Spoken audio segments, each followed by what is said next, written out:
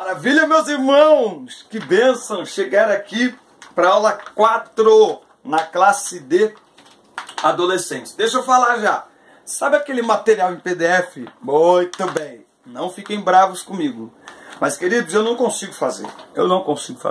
Não é só EBD. Olha, só EBD é juvenis, jovens e adolescentes. Todos os finais de semana viajamos pregando a palavra de Deus. E eu escrevo material, porque eu estou no primeiro semestre de 2018, quero lançar um livro para jovens e adolescentes, para pais e filhos, sobre relacionamento, sobre ministério, sobre um monte de coisa. Então eu escrevo muito, não é? Então eu tenho que tomar cuidado. E eu fico muito mal quando eu não consigo cumprir o prazo que eu tenho com os irmãos. Então eu preciso fazer uma escolha. A minha escolha é cumprir o prazo que eu tenho com os irmãos. Postar as aulas todas as segundas-feiras. Se algum outro irmão faz material em PDF, quiser mandar para mim, eu coloco o link aqui embaixo, não tem problema. Pelo contrário, isso vai nos ajudar. Quanto mais pessoas envolvidas, mais nós crescemos, vemos formas diferentes, pensamentos diferentes. Isso é muito bom, tá certo? Os grupos no WhatsApp continuam, meu número de WhatsApp tá aqui. Compartilhamos livros, revistas em PDF, professores de todo o Brasil, do exterior. Tem uma irmã que entrou no grupo agora lá da Bélgica, tá certo? Então é um prazer servir aos irmãos, saber que muitas pessoas estão se encontrando através das nossas aulas. Orem por mim, orem pela minha família. Inscreva-se no nosso canal. Já chegamos a mais de 5.000 inscritos, a mais de 230.000 visualizações. Eu fico feliz com isso. Mas, meu irmão, você precisa se inscrever. Dá like, clica no joinha pro YouTube falar, nossa, que canal bacana, eu vou pagar esse cara, tá certo? A gente precisa, irmãos, para melhorar o áudio, para melhorar, comprar uma câmera, porque tem hora que o celular trava, o computador trava, e aí, meu Deus do céu, é por isso também que eu atrasei essa semana, a aula vai direto, sem vinheta, sem nada, tá certo? Por quê? Porque nós não podemos parar. Então, até por um problema também de estrutura. Nós vamos direto, vamos colocar as aulas toda segunda-feira e nos compreendam, ore por nós, compartilhe com todo mundo os nossos vídeos, afinal de contas nós estamos aqui para servir o reino. O que são os evangelhos? Aula 4, classe de adolescentes. Marcos 1:1. A boa notícia que fala a respeito de Jesus Cristo, Filho de Deus, começou a ser dada. Então assim, quando você pensa em Jesus, o que lhe vem à sua mente? Seja qual for a sua resposta, ela pode ser bem incompleta. Já pensou nele como mestre? Mas não, se você pensou nele como mestre, esqueceu que ele também é o Filho de Deus. Então assim, quando Jesus diz assim, ó, que dizem os homens que eu sou? Lembra que muitos dizem Elias, outros que é Moisés, outros que alguns profetas. E vós, quem dizeis que eu sou? Então, essa pergunta ecoa hoje. Quem os homens estão dizendo que Jesus é? Um cara legal, um líder bacana, uma pessoa interessante. Esses dias eu ouvi uma pessoa, Jesus é amor, Jesus é respeito. Não parece bonito? Mas Jesus não é nada disso. Jesus é o Cristo, o Filho do Deus vivo. É isso que torna Jesus relevante para a humanidade, senão ele seria apenas mais um homem. Então quando a gente se refere a ele, ou quando as pessoas se referem a ele como uma pessoa importante, como um ídolo, como um líder, como um cara legal, isso não o faz diferente de homem nenhum que surgiu na terra. Grandes líderes religiosos foram tudo isso, mas só Jesus, o Cristo, o Filho do Deus vivo, tem o poder de salvar um homem e resgatá-lo da maldição do pecado. Então essa é uma pergunta que a gente tem que se fazer. Bom, você conhece aquele versículo? Melhor que dares o peixe é ensinares a pescar. E aqueles? A 2.000 chegarás e 2.000 não passarás. Sabe quem disse eles? Se você respondeu Jesus, parabéns, você errou, né? O pessoal que não lê Bíblia tem o costume de citar, né? Como que é? Deus escreve certo por linhas tortas, né? E a gente tem um costume de achar que tudo que tem a palavra Deus, Jesus, é da Bíblia, não é verdade? Então a gente tem que tomar cuidado, porque na verdade isso não está na Bíblia, tá? Nem Jesus disse certas coisas, esses versículos, né? que as pessoas falam, muitas gírias, muitos ditados, Jesus não falou e nem ninguém, não está na Bíblia. Então, não basta colocar um tu ou um vós em uma frase para ela virar versículo da Bíblia, que falha. O que Jesus disse, na verdade, você sabe? Se não sabe o que ele mandou fazer, como poderá obedecê-lo? Se não sabe o que ele ensinou, como poderá anunciá-lo? Se não conhecer de verdade o que Jesus disse e fez, como poderá ser de verdade um cristão? Então, assim, um cristão que não lê a Bíblia, ele pode nem ser chamado de cristão, mas vai lá, um cristão defeituoso, defeito de fabricação. Esse é o seu e o meu maior desafio diário, ser a cada dia um seguidor de Jesus, não apenas um frequentador de igreja. Vai por mim, a diferença entre essas duas coisas é grande. Em tempos de cristianismo nominal, como nunca temos visto pessoas que apenas estão frequentando a igreja, que apenas têm Jesus como alguém importante para a sua vida, mas não como Senhor, como dono de sua vida. Marcos 8:34, Marcos 8:34. Quem quiser vir após mim, negue-se. Negue-se a si mesmo, negue o eu, as próprias vontades, os desejos. Tome a sua cruz todos os dias e siga-me. É preciso seguir a Cristo como discípulo, não como fã, não como telespectador, não como frequentador de igreja, como discípulo. Discípulo imita o mestre, porque aprende com o mestre. E Jesus é mestre, ele disse: aprendei de mim, que sou manso e humilde de coração. Para conhecer Jesus, é preciso mergulhar fundo nos 4 evangelhos da Bíblia. Entender como e por que cada um deles foi escrito, e a nossa jornada começa agora. Então, é muito importante ler os evangelhos, né? Então a gente vai ver aqui, quem escreveu os 4 evangelhos. O primeiro evangelho não diz quem o escreveu, mas desde a época da igreja primitiva ele é atribuído a Mateus, um dos 12 discípulos de Jesus. Quem era Mateus? O próprio evangelho diz que ele era um publicano, isto é, um funcionário público, que coletava impostos para o Império Romano. É bem provável que Mateus, assim como seu colega de profissão, Zaqueu, fosse bastante odiado pelos judeus, tá? Então, assim, os publicanos, eles eram odiados por quê? Porque eles eram judeus, cobrando impostos dos judeus para o Império Romano que dominava o mundo de então. Como se não bastasse, os publicanos tinham a fama de corruptos, de ladrões. Por quê? Porque eles cobravam a mais. Então, assim, cada um era responsável por uma área, uma determinada área. Então, o governo, né, enfim, o departamento fiscal lá do Império Romano falava assim, você vai cobrar daquela região e eu quero receber de imposto daquela região, vamos colocar aqui hipoteticamente, tá? Eu quero receber daquela região R$1 milhão em impostos. Então, o que eles faziam? Bom, eu tenho que entregar para o Império 1 milhão. Então eu vou cobrar 1,5 milhão, fico com esse meio milhão para mim e mando 1 milhão para o Império, não tem problema nenhum. O Império não se preocupava porque o que o Império queria receber a sua parte.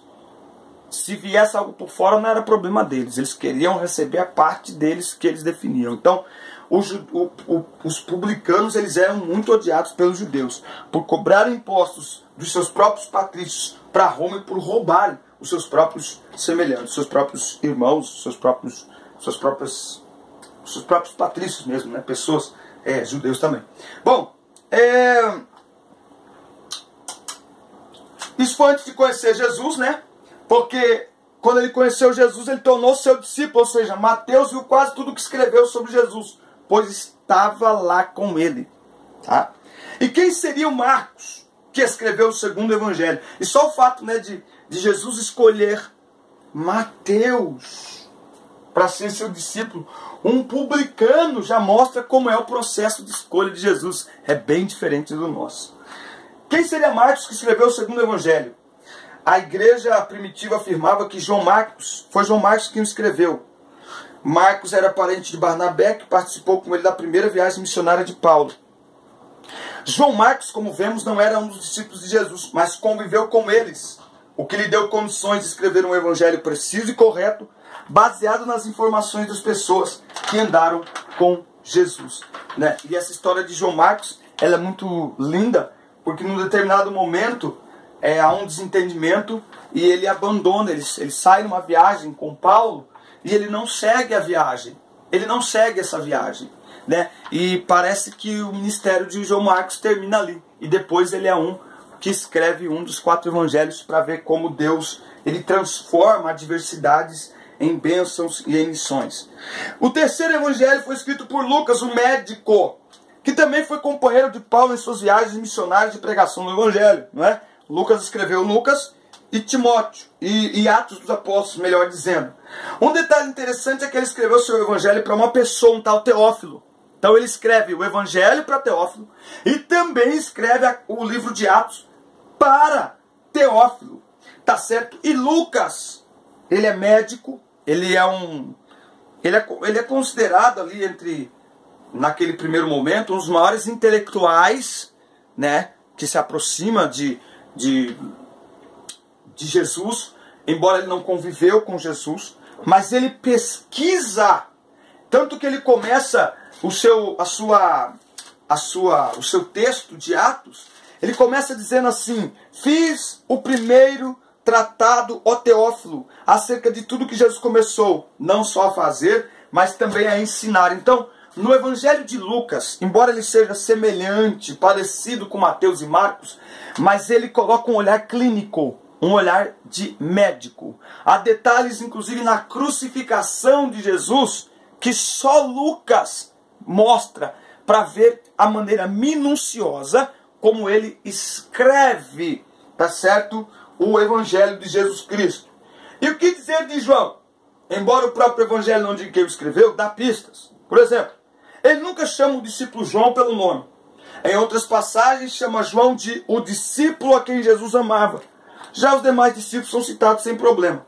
Este fato parece indicar que o próprio discípulo João, o pescador, irmão de Tiago e filho de Zebedeu, escreveu este evangelho, mas não quis citar a si mesmo por humildade, tá? Então, o evangelho de João, escrito por João, um homem simples, o discípulo a quem Jesus amava, né? João é maravilhoso porque ele começa mostrando a divindade e a eternidade de Cristo, né? No princípio criou Deus, no princípio era o verbo, e o verbo era Deus, e o verbo estava com Deus. Ele mostra o poder criador do verbo, né? Muito bem. Então, os evangelhos, então, que seja aí um desafio para os nossos alunos na próxima semana. Comecem a ler os evangelhos. Você vai ver, aprender muito sobre Jesus nos evangelhos. De que falam os evangelhos? Por que 4 evangelhos contando a mesma história? Não bastava um só? Boa pergunta. Se 2 pessoas diferentes foram escrever sobre uma mesma coisa que viram, um acidente de trânsito, por exemplo, darão detalhes diferentes sobre o fato, pois não prestaram atenção nas mesmas coisas. Um reparou no sinal de trânsito, outro no barulho da freada e assim por diante. Com os evangelhos são a mesma coisa. São 4 relatos parecidos, mas não iguais, sobre o ministério de Jesus, pois foram escritos por pessoas diferentes para serem lidos por outras pessoas também diferentes. Eu não sei se você assistiu. Se ainda não assistiu, está perdendo. O filme Deus Não Está Morto 2, né? E as discrepâncias que existem nos evangelhos, detalhes a mais, né, que existem nos evangelhos, eles não contradizem o evangelho. Pelo contrário, eles servem para mostrar que a história contada nos evangelhos é verdadeira. Porque embora seja contada por pessoas diferentes, em lugares diferentes, em tempos diferentes, sob uma perspectiva diferente, os evangelhos tratam de uma mesma história. Eles não distorcem a história. Quando um escreve uma coisa e o outro acrescenta algo àquilo que o outro escreveu, ele não está distorcendo. Ele está apenas confirmando que a história é verídica. Apenas um detalhe ficou fora. E isso é um dos aspectos que atestam para a veracidade dos evangelhos e da história que eles contam. E isso, eu acho isso extraordinário, né? Maravilhoso. Evangelho de Mateus foi escrito por um judeu para os judeus. Então por isso que Mateus usa elementos diferentes. Porque é um judeu escrevendo para judeus. Ele enfatiza quem Jesus é. E porque veio e mostra que ele era o Messias tão aguardado por Israel para instaurar seu reino. Então, para o judeu, era interessante entender Jesus como o Messias, que eles tanto esperavam. Tá? O Evangelho de Marcos é um evangelho curto, com muita ação. Provavelmente escrito para os romanos, pois ele explica muitas tradições judaicas, o que só faz sentido se você está escrevendo para quem não as conhece. Olha quantos detalhes, né, que existem. Neste evangelho é dada ênfase a Jesus como Cristo. Veja, Mateus dá ênfase a Jesus como Messias, porque isso é importante para os judeus. Marcos dá ênfase a Jesus como Cristo e Filho de Deus, porque ele escreve para os romanos. O Evangelho de Lucas. Para entendermos o Evangelho de Lucas, temos de ligá-lo ao livro de Atos, pois o médico também escreveu para a mesma pessoa, Teófilo. Lucas nos mostra que as boas novas de salvação que ele começa a contar com o nascimento de João Batista são para todos os homens, judeus e gentios, ou não judeus, todos os povos. E por isso, narra também a expansão da mensagem do Evangelho através do trabalho missionário de Paulo que alcança os gentios. Apesar de não ter visto Jesus pessoalmente, foi bastante cuidadoso em pesquisar e consultar as testemunhas oculares do homem que mudou a história do mundo. Então, assim, eu achei interessante no filme Deus Não Está Morto 2, que um dos especialistas, que, embora o filme, o que eu gosto desses filmes é que eles trazem, é uma obra de ficção, mas que trazem realidade, né? E um dos especialistas diz o seguinte, que para quem não acredita, nenhum fato é capaz de convencer. Não adianta querer convencer quem não quer acreditar. Agora, não acreditar não diminui o fato de que Jesus existiu. Porque Jesus existiu, é um fato. Se a pessoa acreditar ou não, e eu estou falando aqui do Jesus histórico. Quando eu gosto muito, e oriento a vocês que no YouTube tem Mário Sérgio Cortella, Jesus verdadeiramente existiu, é mais fácil mostrar dentro da ciência e da história que Jesus existiu do que provar o contrário. As teorias que querem dizer que Jesus não existiu, é mais difícil de acreditar nelas do que no fato que Jesus existiu. Grandes historiadores de muita credibilidade, inclusive não cristãos, dão conta de que Jesus de fato existiu. Então Lucas foi minucioso em estudar detalhes acerca de Jesus para escrever, como um intelectual, como um médico, né, para todas as pessoas. E o Evangelho de João? Os evangelhos de Mateus, Marcos e Lucas são bem parecidos, são chamados evangelhos sinóticos. Mas o Evangelho de João é diferente. João mostra desde o início que Jesus não é apenas o rei dos judeus, ou um mestre, ou mesmo o Messias. Ele é o próprio Deus Criador. Né? No princípio era o Verbo, e o Verbo era Deus, e o Verbo estava com Deus. Que mensagem! Ele não se preocupa em contar toda a história de Jesus, mas apenas aquelas que confirmam seu versículo-chave. Porque Deus amou o mundo de tal maneira que deu seu Filho unigênito, para que todo aquele que nele crê não pereça, mas tenha a vida eterna. Então, João trabalha em torno desta verdade, né? Do amor de Deus para com o homem, a ponto de enviar o seu Filho para morrer para perdão de nossos pecados, para resgatar a nossa alma da maldição do pecado. Tá? Então, é muito importante. Por isso que é importante ler os 4 evangelhos. Eles contam a mesma história sobre perspectivas diferentes, para povos diferentes. E uma maneira de entender completamente o evangelho de Jesus Cristo é lendo os 4 evangelhos. Tá certo? Muito bem. Inclusive, por obra e graça do Espírito Santo, eles escrevem de maneira coesa sobre o mesmo assunto em lugares e por pessoas diferentes. Isso também é mais um atestado da veracidade da Bíblia. Por quê? Nós podemos reunir hoje, com toda a tecnologia, 100 pessoas em salas separadas para falarem de um mesmo assunto. Qual a probabilidade deles escreverem de forma uniforme e coerente? 0. Mas, como a Bíblia, a palavra de Deus é inspirada pelo Espírito Santo, nós encontramos essa coerência entre os evangelhos. Bom, a boa notícia da salvação. Outra dúvida. Mas qual é a tal boa notícia dos evangelhos? A resposta está aí no título. A salvação de nossas almas. Lembre-se de que o que estudamos lá no início da lição. Deus criou um mundo perfeito, mas o pecado do homem corrompeu a criação. Então ele elaborou um plano para consertar as coisas e o revelou desde o início lá no Jardim do Éden. Só lembrando que Deus não elabora esse plano quando o homem peca. Esse plano de salvação, segundo está em 1 Pedro 1, a partir do 18, ele já estava elaborado antes da fundação do mundo. Lembra? Antes de dizer haja luz, Deus disse haja cruz. Um plano de redenção, de salvação, que foi executado por Jesus. Um plano para salvar, o pacto para selar, silêncio no céu. Jesus, o plano perfeito, mistério da graça.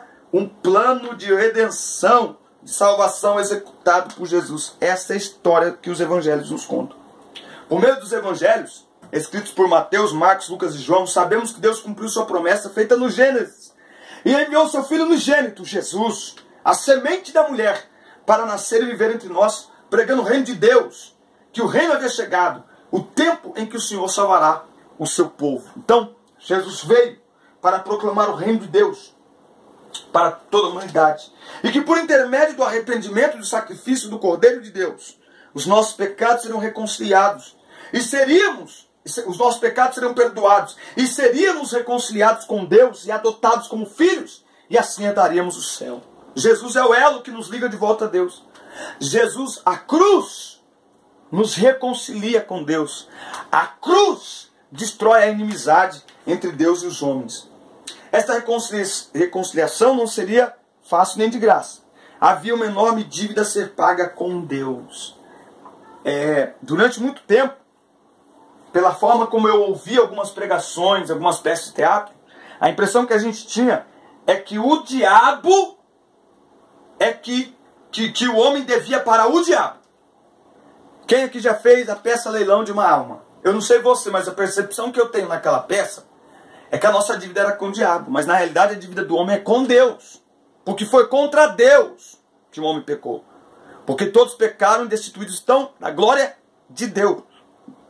Então Jesus morreu, não foi para pagar o diabo, foi para pagar a Deus. Para eliminar a nossa dívida com Deus. Nós devíamos para Deus, o nosso Criador. Nós devíamos para Ele. Não é? E a boa notícia é que a dívida foi paga. Ele nos tirou do império das trevas e nos transportou para o Filho do seu amor.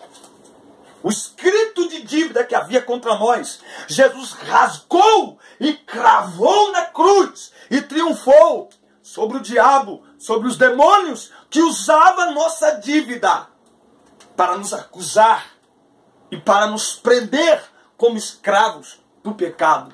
Mas através de Cristo, nós nos tornamos livres pela fé. A justiça de Deus deveria ser cumprida. Porque por um homem entrou o pecado no mundo, assim por um homem também veio a justificação. Um homem inocente, O homem que pecou lá no Éden, o sangue daquele homem é vida por vida. Sem derramamento de sangue, não há remissão de pecados. Mas era preciso um sangue inocente. Não sangue de bodes, não sangue de animais. Animal não tem alma. Mas era preciso o sangue de um homem inocente. E Deus olhou do céu e não viu um justo sequer. Então Jesus veio e morreu no meu e no seu lugar. Se tornou homem. Um homem se oferecendo como sacrifício por todos os homens. Aí a Bíblia diz que nós não temos agora um sumo sacerdote que não possa se compadecer de nossas necessidades, mas um que, como nós, em tudo foi tentado. Jesus é extraordinário. Jesus é maravilhoso. Por isso que ele diz: eu sou o caminho, a verdade e a vida. Ninguém vem ao Pai a não ser por mim. Tem esse negócio de que todos os caminhos levam a Deus, coisa nenhuma. Jesus é o único caminho que leva a Deus. Então, você percebeu aí a importância de ler os evangelhos? Mas não é só ler, é para viver os evangelhos. Aprender com cada ensinamento, se inspirar em suas atitudes. Enfim, é o evangelho de Jesus Cristo. Os cristãos precisam ser peritos nos evangelhos. Que os nossos alunos sejam incentivados a ler os evangelhos. Faça uma gincana na sua igreja, divida em 4 equipes, cada equipe vai ler um evangelho, e aí lá no final vai fazer uma gincana sobre os evangelhos, ou mistura tudo, ou reúne a igreja, enfim. Mas incentive, motive os seus alunos a ler os evangelhos. E você, professor, já leu os evangelhos? Leia, é maravilhoso. Quando minha filha eu descobri que minha filha tinha diabetes, eu lembro que eu comecei a fazer uma releitura dos evangelhos. E o que me marcou foi que no meio daquela leitura Jesus me deu uma canção que fala sobre o nome de Jesus, que fala que há poder no nome de Jesus. Então leia os evangelhos, eles têm muito a nos ensinar, é a base para a nossa fé. Não dá para compreender quem é Jesus sem ler os evangelhos. Os evangelhos mostram o Jesus divino, né? O Jesus Deus, né? E o Jesus homem, o Jesus humano, né? Mostra quem é esse homem que mudou e que marcou a história, né? Muitos podem não acreditar, outros podem até odiar, mas não tem como. A história está dividida entre antes e depois de Cristo. Vale a pena estudar. Nós devemos estar preparados para defender a nossa fé, e isso passa pelo estudo e pelo apego aos evangelhos que nos ensinam sobre esse homem maravilhoso que foi Jesus. Lembrando que não é o evangelho, cuidado, as nossas primeiras Bíblias estavam escritas, né? Evangelho de São Marcos, Evangelho de São João, isso pela influência católica, tá bom? Mas não é evangelho nem de Marcos, nem de João, nem de São Mateus, nem de São Lucas. É evangelho de Jesus Cristo, segundo escreveu Mateus, Marcos, Lucas, João. O evangelho é de Jesus Cristo. Amém, queridos? Deus abençoe vocês. Boa semana, boa aula. Assista, curta, compartilhe. Mande para todo mundo. Inscreva-se no canal. Até a próxima semana. Um grande abraço. Valeu. Deus abençoe.